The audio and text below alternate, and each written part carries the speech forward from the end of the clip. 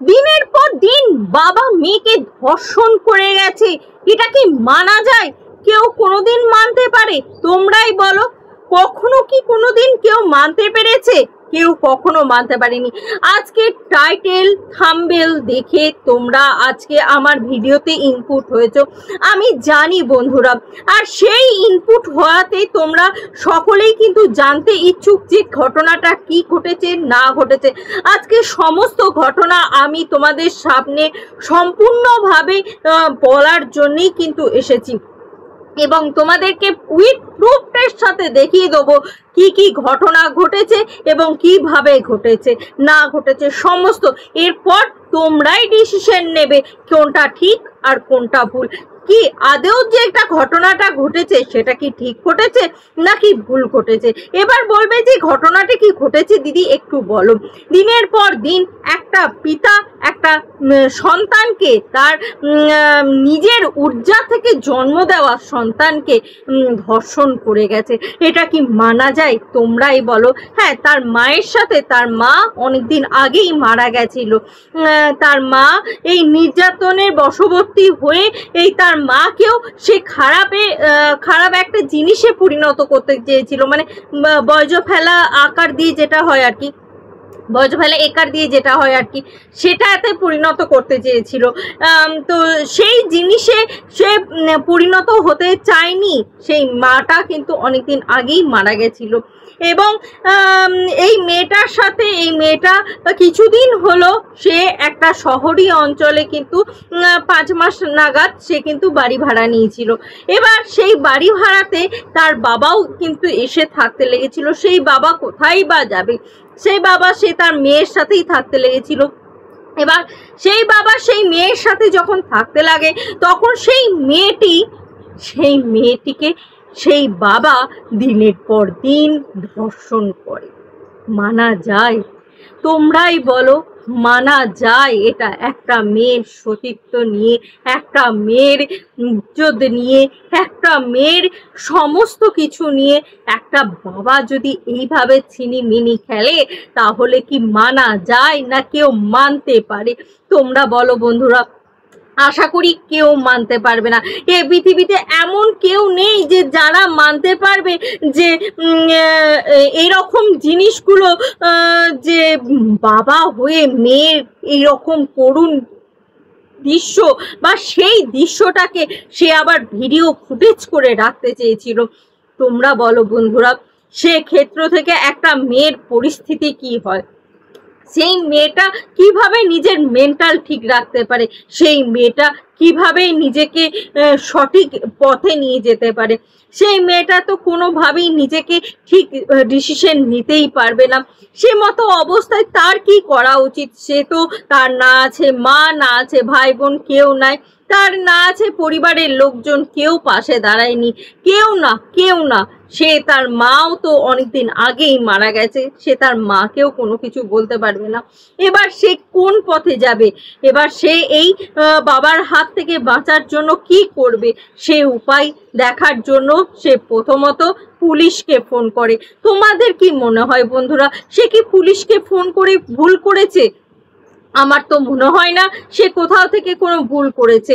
সে পুলিশকে ফোন করে, পুলিশকে ফোন করার পর পুলিশকে সমস্ত ঘটনা জানায় এবং পুলিশ সমস্ত ঘটনা জানার পর পুলিশ তার বাবাকে কিন্তু জেল হেফাজতে নিয়ে নেয়। জেল হেফাজতে নিয়ে নেওয়ার পর তারপরে কিন্তু মেয়েটা একাই সেই ঘরে কিন্তু থাকতে থাকে। এরপর বেশ অনেক বছর কেটে যায়, বেশ অনেক বছর কেটে যাওয়ার পর যখন তার বাবা জেল ফেরত হয়ে আসে, তখন মানে ছাড়া পেয়ে আসে, তখন কিন্তু তার বাবা আর কোথায় যাবে? তার বাবা কিন্তু শেষ পর্যন্ত তার মেয়ের কাছে এসেই কিন্তু থাকতে থাকে। সেই বাবা এই যে কত বড় ভুল করেছিল এসে, সেটা সে তার বাবা নিজেও জানে না। তার বাবা নিজেও বুঝতে পারেনি সে কত বড় ভুল করেছিল। তার বাবা যখন এই তার মেয়ের কাছে আবারও জেল ফেরত হয়ে, মানে জেল খাটা আসামি হওয়ার পরে সে আবার যখন তার বাবা যখন ছাড় পেয়ে যখন আসে, তখন সে কিন্তু তার মেয়ের কাছেই থাকে এবং তার মেয়ের কাছেই কিন্তু থাকা খাওয়া সমস্ত কিছু করতে থাকে এবং আগের মতনই কিন্তু সেই মেয়েটিকে কিন্তু ধর্ষণ করতে থাকে। এরপর বলো তো কোন মেয়ের মাথার ঠিক থাকে, কোন মেয়ে যে বাবা তাকে তার ঊর্জা থেকে জন্ম দিয়েছে সেই বাবাই যদি এরকম করে, তাহলে কোন মেয়ের মাথা মেন্টাল ঠিক থাকে বলো তো? সেই মেয়েটা কি সুস্থ স্বাভাবিক থাকতে পারে? আমার তো মনে হয় না সেই মেয়েটা কখনো কোনোভাবে সুস্থ স্বাভাবিক থাকতে পারে। এই সমাজ সেই সময় কোথায় ছিল? তখন এই মেয়েটি তার বাবাকে কিন্তু নৃশংসভাবে ঘুমের ওষুধ, মিষ্টি ঘুমের ওষুধ খাওয়ায় এবং তারপরে কিন্তু তার বাবাকে কিন্তু নৃশংসভাবে কিন্তু মানে শেষ করে দেয় এক কথায়। তো এটা কি ঠিক? এটা কি ঠিক করেছে মেয়েটা? তোমরাই বলো বন্ধুরা। কিন্তু এর আরো একটা পেহলু আছে, যে পেহলুতে এবার আমরা ঢুকবো। সেই পেহলুটা হচ্ছে যে এর বাবা যদি অতই খারাপ হবে, এর বাবা যদি অতটাই খারাপ হবে, তাহলে মেয়ের সাথে কেন থাকবে? দিনের পর দিন মেয়ের সাথে কেন থাকবে? প্রথম কথা, এরকম নয় তো মেয়েটা হয়তো টিকটকার বা মেয়েটার হয়তো কাজে বাবা বাধা সৃষ্টি করত, সেই জন্য বাবার নামে মিথ্যা আরোপ দেওয়া হয়েছিল। এরকমও তো হতে পারতো যে বাবার নামে হয়তো মিথ্যা আরোপ দেওয়া হয়েছে। বাবা যদি জানতো মেয়ে এতটাই নৃশংস, তাহলে কি বাবা জেল ফেরত হওয়ার পর আবার এসে মেয়ের কাছে জুটতো? নিশ্চয়ই না, তা নিশ্চয়ই না। বাবার মনে সেই খুঁত হয়তো ছিল না, তাই হয়তো বাবা মেয়ের হাতে নিশ্চিন্তে খাবারটা খেয়েছে। মেয়ের মনে যদি এত পাপ সে যদি জানতো, তাহলে মেয়ের হাতে খাবারটাও কি সে খেত নিশ্চিন্ত হয়ে? নিশ্চয়ই তা ঘটতো না। এই বিষয়গুলো কিন্তু ভেবে দেখার আছে। আজকের এই বিষয়টা আমাদের দেশের নয়, আজকের এই বিষয়টা আমাদের পাশের দেশ বাংলাদেশের ঘটনা। বাংলাদেশে ঘটেছে এই ঘটনাটি। এই ঘটনাটি বাংলাদেশে শাবানা নামে একটি মেয়ে এই ঘটনাটি ঘটিয়েছে। আমার তো মনে হয় না সে একটা সুস্থ মস্তিষ্কের মানুষ। তার ছবিও আমি এখানে লাগিয়ে দিচ্ছি, তোমরা দেখো এই মেয়েটি কতটা নৃশংস এবং সে কিভাবে তার বাবাকে কি কি করেছে না করেছে। আমি আজকের ভিডিওর মধ্যে সমস্ত কিছু তার পুরো ভিডিওটা দিয়ে দেব, তোমরা দেখবে এবং দেখার পর তোমরা নিজেরাই বলবে এটা আসলেই কি সেই মেয়েটি ঠিক করেছে না ভুল করেছে। দেখো এবং দেখার পর তোমরাই নিজেরা বিচার করো। তো চলো বন্ধুরা, এর পরবর্তী যে মেয়েটি কি ঘটনা ঘটিয়েছে তার বাবার সাথে, পুরো ভিডিওটা লাইভ করেছিল মেয়েটি, সেই লাইভটা আমি তোমাদের সামনে এবার তুলে ধরছি। এবার তোমরা দেখো, এবার দেখার পর তোমরাই বিচার বিবেচনা করো যে এটা আসলেই কি ঠিক। এরা কি সমাজে কি মুখ দেখাতে আসছে, এরা সমাজকে কি বার্তা দিতে আসছে?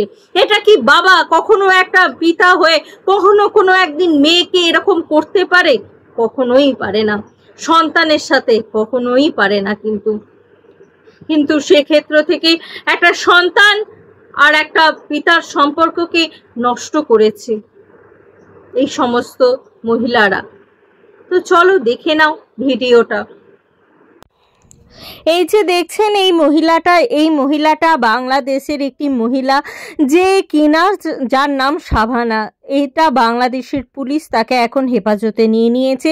সে লাইভ করে কিন্তু এই ঘটনাটা কিন্তু ক্যামেরাবন্দি করে এবং সমস্ত ঘটনাটা ক্যামেরাবন্দি করে সে কিন্তু সেটাকে লাইভ করে এবং সেটা কিন্তু সমস্ত সোশ্যাল মিডিয়ায় কিন্তু ছড়াছড়ি হয়ে যায় এবং সমস্ত মানুষজন দেখার পর কিন্তু এই মেয়েটাকে নিয়ে এটাই চিন্তা ভাবনা করে যে এ হয়তো সাইকো বা কোনো রকম এর কোনো প্রবলেম রয়েছে।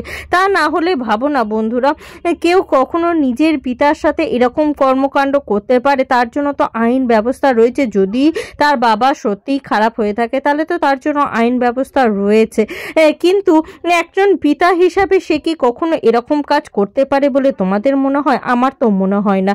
তো বন্ধুরা, তোমাদেরকে একটাই কথা বলবো যে যুব সমাজ এই সমস্ত জিনিস দেখে কখনোই তোমরা এই সমস্ত জিনিস থেকে উৎসাহিত হবে না। দেখো, পিতা মাতারা আমাদের জীবনে কিন্তু অনেক কিছু কষ্ট করে থাকে, আমাদের জন্য এমন কিছু কষ্ট করে থাকে যেগুলো হয়তো আমরা চোখেও দেখতে পাই না, কিন্তু যার জন্য কিন্তু আমরা আজকে যে পজিশনে দাঁড়িয়ে রয়েছি সেই পজিশনে দাঁড়ানোর জন্য কিন্তু আমাদের পিতা মাতা কিন্তু অনেকটাই দায়ী। তারা ছিলেন বলে, তারা আছেন বলেই কিন্তু আমরা কিন্তু আজকে এই জায়গাটাতে দাঁড়াতে পেরেছি বা এই জায়গাটাতে আসতে পেরেছি। সেই কথাটা কিন্তু আমাদেরকে চিন্তা ভাবনা করে রাখতে হবে। এই কথাটা যদি আমরা চিন্তা ভাবনা না করি বা এই কথাটা যদি আমরা না বুঝতে পারি, তাহলে কিন্তু কখনোই কিন্তু আমরা জীবনে কিন্তু একটা সঠিক পথে যেতে পারবো না। তো সবসময় বন্ধুরা, তোমাদেরকে একটাই কথা বলবো যে বিপদে যেও না, বা বিপদে গেলে কিন্তু কখনোই কিন্তু সেটা ভালো হয় না। তো বন্ধুরা, একটা কথা বলি যে এই সমস্ত ভিডিও দেখে তোমাদেরকে সজাগ করে দেওয়া যে এই সমাজ থেকে আমরা কখনোই খারাপ জিনিসটা শিখবো না, সবসময় ভালোটা শিখবো, ভালোটা দিকে এগিয়ে যাব, ভালো পথে এগিয়ে যাব। কুসন্তান যদিও বা হয়, কুমাতা কিন্তু কখনোই হয় না। এরকম ভিডিও ভালো ভালো আপডেট পাওয়ার জন্য অবশ্যই কিন্তু আমার চ্যানেলটা কিন্তু সাবস্ক্রাইব করে নিতে হবে। যদি বন্ধুরা তোমাদের আমার ভিডিওটা ভালো লেগে থাকে, লাইক শেয়ার কমেন্ট করবে এবং কমেন্ট করে তোমাদের মতামত জানাতে কিন্তু ভুলবে না। আর নতুন বন্ধু হয়ে থাকলে অবশ্যই চ্যানেলটি কিন্তু সাবস্ক্রাইব করে নিতে একদম ভুলবে না।